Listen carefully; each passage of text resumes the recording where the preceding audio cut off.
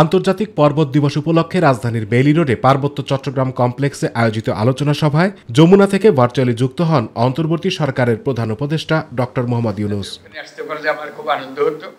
অনুষ্ঠানে প্রধান উপদেষ্টা বলেন, পার্বত্য চট্টগ্রামে বনজ ও প্রাকৃতিক যে সম্ভার ও সুযোগ আছে সেটা বাংলাদেশের আর কোথাও নেই। পার্বত্য অঞ্চল বাংলাদেশের সবচেয়ে উন্নত স্থান হবার কথা থাকলেও হয়েছে তার বিপরীত। আপনাদের প্রাপ্য যে স্থান, সকল জেলার চাইতে সবচেয়ে উন্নত জেলা, সবচেয়ে সুন্দর জেলা, সবচেয়ে শিক্ষা প্রযুক্তিতে এগিয়ে যাওয়ার জেলা, এটাই যেন হয়। এই পার্বত্য জেলাগুলো এটাই যেন হয়, এটাই আমাদের লক্ষ্য হবে।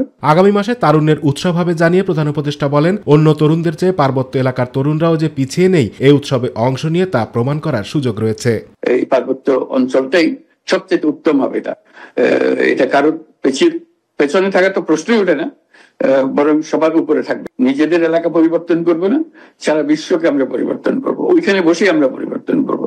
আমরা এইখানে সীমাবদ্ধ থেকে যাব, এই মন যেন না থাকে।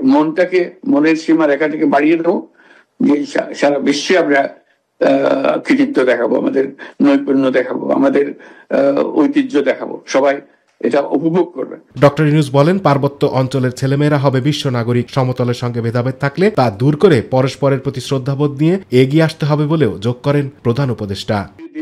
এই প্রতিষ্ঠাটা আমরা। আতিকুর রহমান তিতাস, মাই টিভি।